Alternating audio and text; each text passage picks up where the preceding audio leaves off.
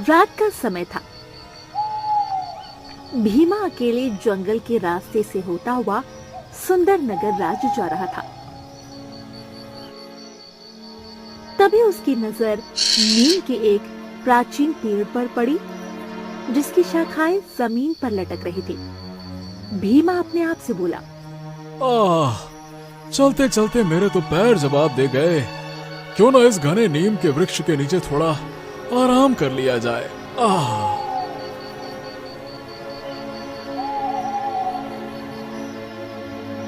भीमा पेड़ के नीचे बैठने ही वाला था कि तभी उसके कानों में एक आवाज टकराई। मेरा नाम उल्लू है। इसके नीचे बैठने से पहले तुम्हें एक सवाल का जवाब देना होगा। भीमा की नजर जैसे ही पेड़ के ऊपर पड़ी तो उसने देखा एक उल्लू इंसानी आवाज में बोल रहा था। तुम तो उल्लू हो, तुम इंसानी आवाज में कैसे बात कर सकते हो? इस बात के कोई मायने नहीं है।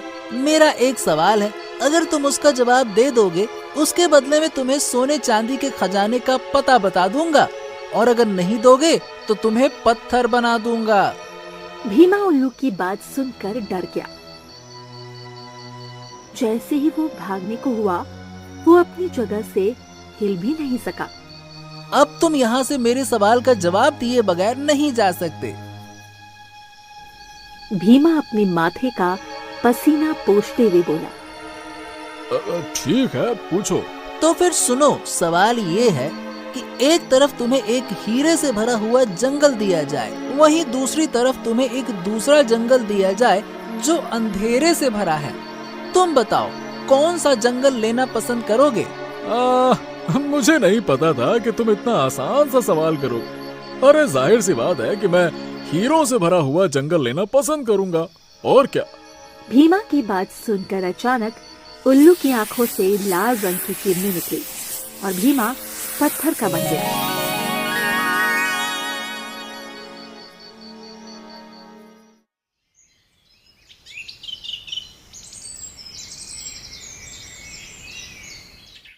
अगली सुबह सुंदर नगर का राजा विक्रम अपने महल में बेचैनी से टहल रहा था कि तभी उसकी पत्नी आकर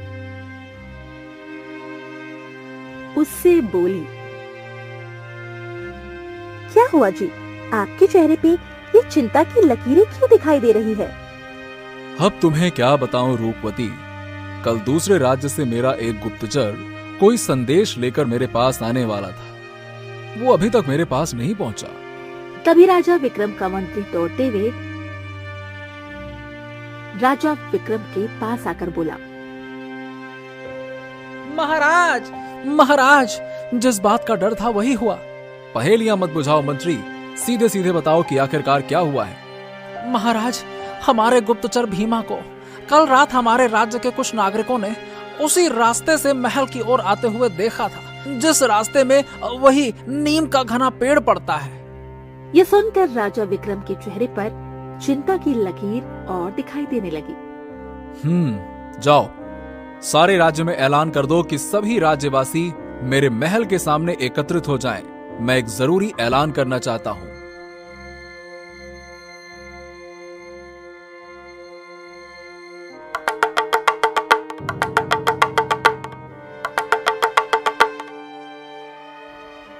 कुछ देर में सारे सुंदर नगरवासी महल के सामने एकत्रित हो गए। राजा अपने महल की छत पर सभी लोगों से खड़े होकर बोला, सुंदर नगर के वासियों, आज मैं ये ऐलान करता हूं कि तुम में से कोई भी व्यक्ति उस रास्ते से नहीं जाएगा जिस रास्ते से वो घना प्राचीन नीम का पेड़ पड़ता है। अगर कोई व्यक्ति वहां से आता हुआ या जाता हुआ दिखाई दिया तो तुम सबका कर्तव्य है कि उसे वहां जाने से रोकें। ठीक है? इतना कहकर राजा अपने कमरे में बेचैनी से आकर टहलने लगा कि तभी राजा की पुत्री तारा और उसका पति, जो कि दूसरे नगर का राजकुमार था, राजकुमार जयदीप, राजा से बोला, उस नीम के पेड़ के बारे में तो तरह तरह की अफवाहें मैंने भी सुन रखी हैं। आखिर इसका क्या रहस्य है? कहते हैं कि उस नीम के पेड़ के ऊपर एक सुंदर सा उल्लू रहता है जो लोगों से एक अजीबो गरीब सवाल करता है और निर्दोष मासूम इंसानों को पत्थर बना देता है। अगर ऐसी बात है तो फिर मैं आपके राज्य की प्रजा को उस जादुई उल्लू से मुक्ति दिलाऊंगा। नहीं राजकुमार, ऐसी गलती से भी मत करना। अरे नहीं महाराज, मुझे मत रोको, मैं भी उस उल्लू के सवाल को सुनना चाहता हूँ। तभी राजकुमार की पत्नी तारा राजकुमारी से बोली, मैं भी आपके साथ चलूंगी। आप मेरे पिता के राज्य के लिए इतना सब कुछ कर रहे हैं, तो मेरा भी तो कुछ कर्तव्य बनता है।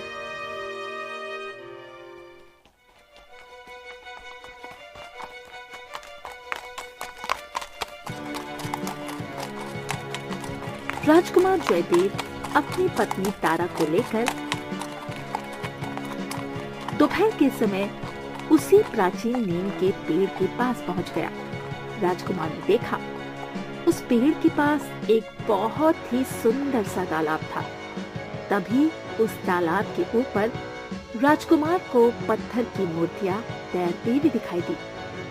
राजकुमार अपनी पत्नी तारा से बोला, मुझे लगता है ये वही मासूम निर्दोष इंसान है जिन्हें पत्थर बना दिया गया। राजकुमार ने इतना बोला ही था कि तभी उसके कानों में उसी उल्लू की आवाज टकराई।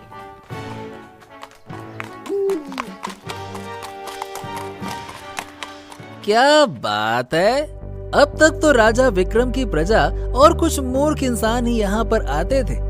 आज तो महाराज का दामाद और उनकी पुत्री स्वयं यहाँ पधारे हैं। क्या बात है।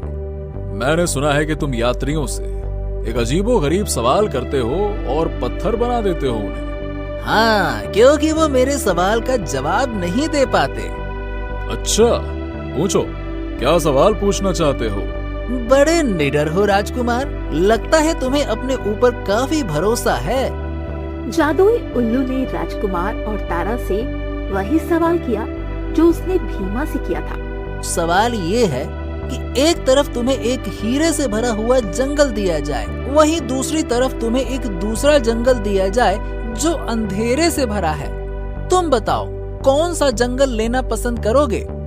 तारा आहिस्ता से अपने पति राजकुमार जयदेव से बोली, ये तो बहुत ही आसान सवाल है, इसका उत्तर तो आप आसानी से दे देंगे।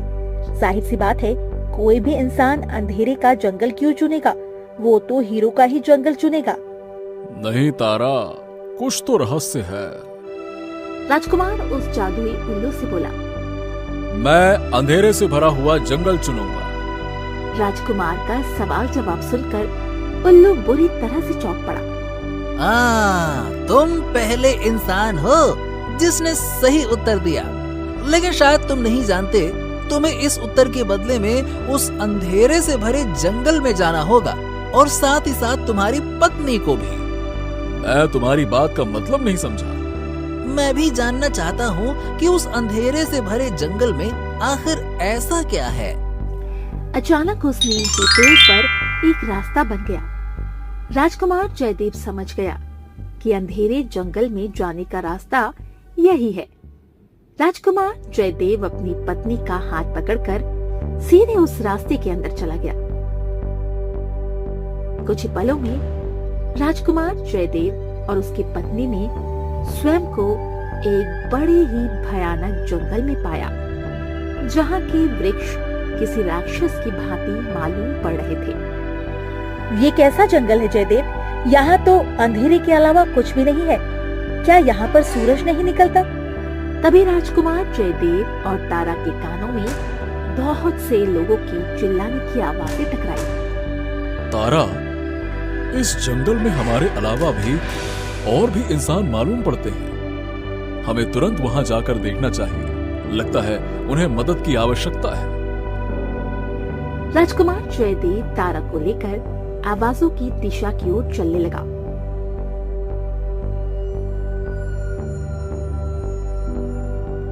कुछ देर के बाद वो दोनों एक गुफा के बाहर खड़े हुए थे। उस गुफा के अंदर जाने वाले द्वार में बड़ी बड़ी मोटी सलाखें लगी हुई थी। उन सलाखों के अंदर गुफा में बहुत से लोग बंद थे। तभी उनमें बंद भीमा राजकुमार जयदेव की ओर देखकर चिल्लाया। ओह, आप तो राजकुमार जयदेव हैं, महाराज विक्रम के दामाद। मेरी मदद कीजिए, मुझे यहाँ से निकालिए। मैं भीमा हूँ, मुझे निकालिए। तुम तो भीमा हो जिनका महाराज आज इंतजार कर रहे थे। तुम यहाँ कैसे आए? उस जादुई उल्लू ने मुझसे सवाल पूछा और मैंने उसका उत्तर दिया।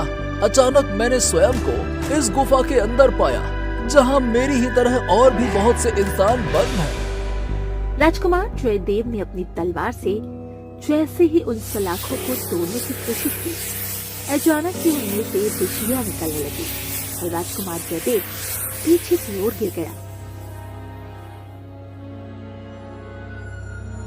आप ठीक तो हैं? अचानक वो गुफा गायब हो गई और साथ ही साथ आवाजें भी। राजकुमार जयदेव और तारा ने अपने आप को एक सुंदर तालाब के किनारे पाया। तालाब के किनारे एक बूढ़ी औरत गुमसुम उदास बैठी हुई थी। उन दोनों को देखकर वो बूढ़ी औरत उदासी से बोली, लगता है तुमने उन सलाखों को तोड़ने की कोशिश की थी। तुम्हें कैसे पता? उन सलाखों को जो भी तोड़ने की कोशिश करता है वो यहीं पहुंच जाता है। आखिर इन सब का क्या रहस्य है? कहते हैं ये अंधेरे से भरा जंगल किसी समय बहुत ही सुंदर जंगल हुआ करता था। उस समय यहाँ पर एक जंगल की रानी वास करती थी, मगर एक दिन एक तांत्रिक बुरे इरादों से इस जंगल में आया। उसके जंगल में आते ही सब कुछ खत्म हो गया। तुम्हें अगर बाहर निकलना है और उन सबको आजाद करवाना है तो तुम्हें उस तांत्रिक को खत्म करना होगा। तो मुझे बताओ, वो तांत्रिक कहाँ मिलेगा? यहाँ से कुछ दूर एक बहुत ही पुराना खंडहर है। कहते हैं उसने अपनी पापों की नगरी वहीं पर बसा कर रखी है। मैं उसे खत्म कर दूंगा। ध्यान रखना, वो तुमसे एक सवाल करेगा, तुम जवाब नहीं देना, लेकिन तुम भी उससे कोई ऐसा सवाल करना जिसमें वो कुछ देर के लिए उलझ जाए। तुम्हें उसी मौके का फायदा उठाकर उस पर वार करना है। राजकुमार जयदेव बगैर देरी किए हुए तारा को लेकर उस पुराने खंडहर की ओर चलने लगा। कुछ देर बाद उन दोनों को एक पहाड़ी पर बना हुआ एक टूटा और पुराना खंडहर नजर आने लगा। क्या हमें उसके लिए अंदर जाना चाहिए? अगर हमें रहस्यों की परतों की गहराई में उतरना है और उन्हें सुलझाना है तो हमें खंडहर के अंदर जाना ही होगा। क्या उस बूढ़ी औरत की बात पर भरोसा किया जा सकता है? तारा, हमारे पास और कोई रास्ता नहीं है।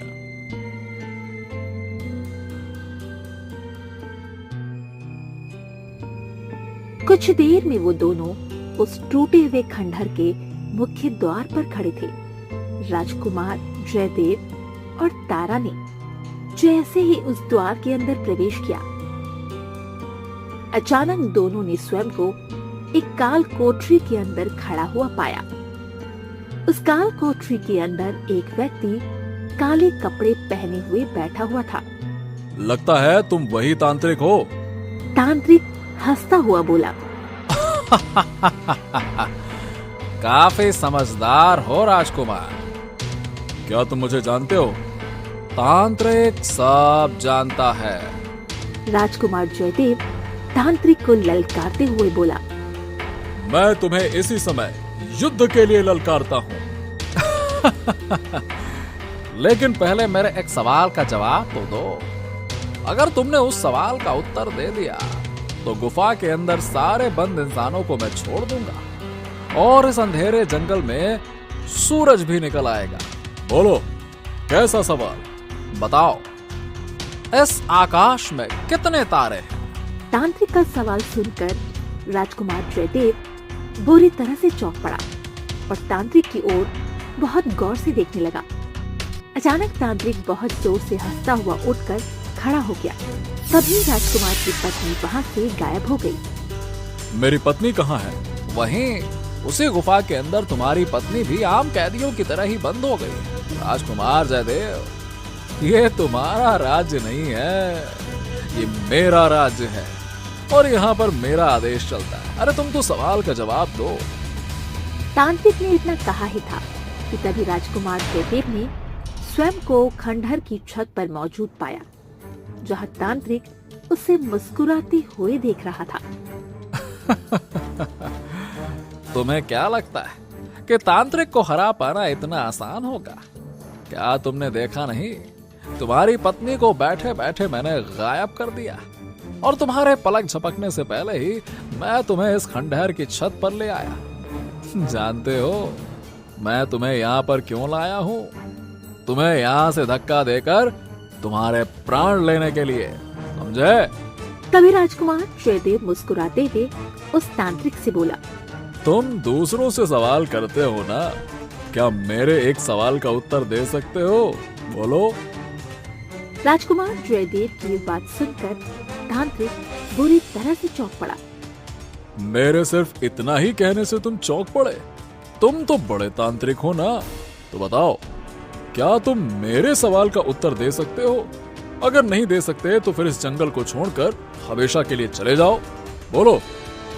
तांत्रिक बुरी तरह से आवेश में आ गया और बोला, अच्छा, तांत्रिक सब जानता है। पूछो, क्या पूछना चाहते हो? पूछो। तुमने कुछ देर पहले मुझसे सवाल पूछा था कि आकाश में कितने तारे। मैं तुमसे सवाल पूछता हूँ कि मेरे सर पर कितने बाल हैं, बताओ। तांत्रिक जयदेव के बालों को बहुत ही गौर से देखने लगा।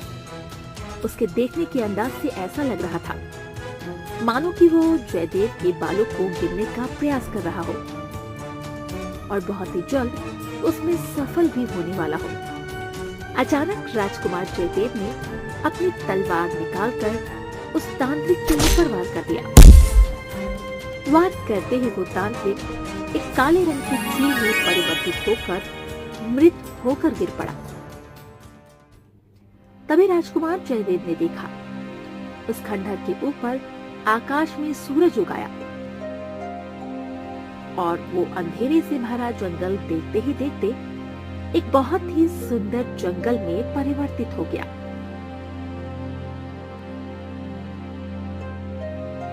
अगले ही पल राजकुमार जयदेव ने स्वयं को उसी नीम के पेड़ के पास खड़ा हुआ पाया, जहां पर तारा और वो सारे लोग मौजूद थे जो कि उस गुफा के अंदर बंद थे।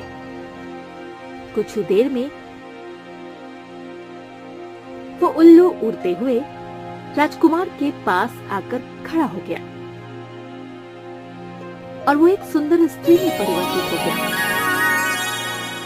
तुम्हारा बहुत बहुत धन्यवाद राजकुमार। मुझे विश्वास था कि तुम उस अंधेरे जंगल को पार करके उस तांत्रिक तक जरूर पहुंचोगे। एक बात समझ में नहीं आई कि यहाँ पर एक तालाब बहता था, वो कहाँ गया?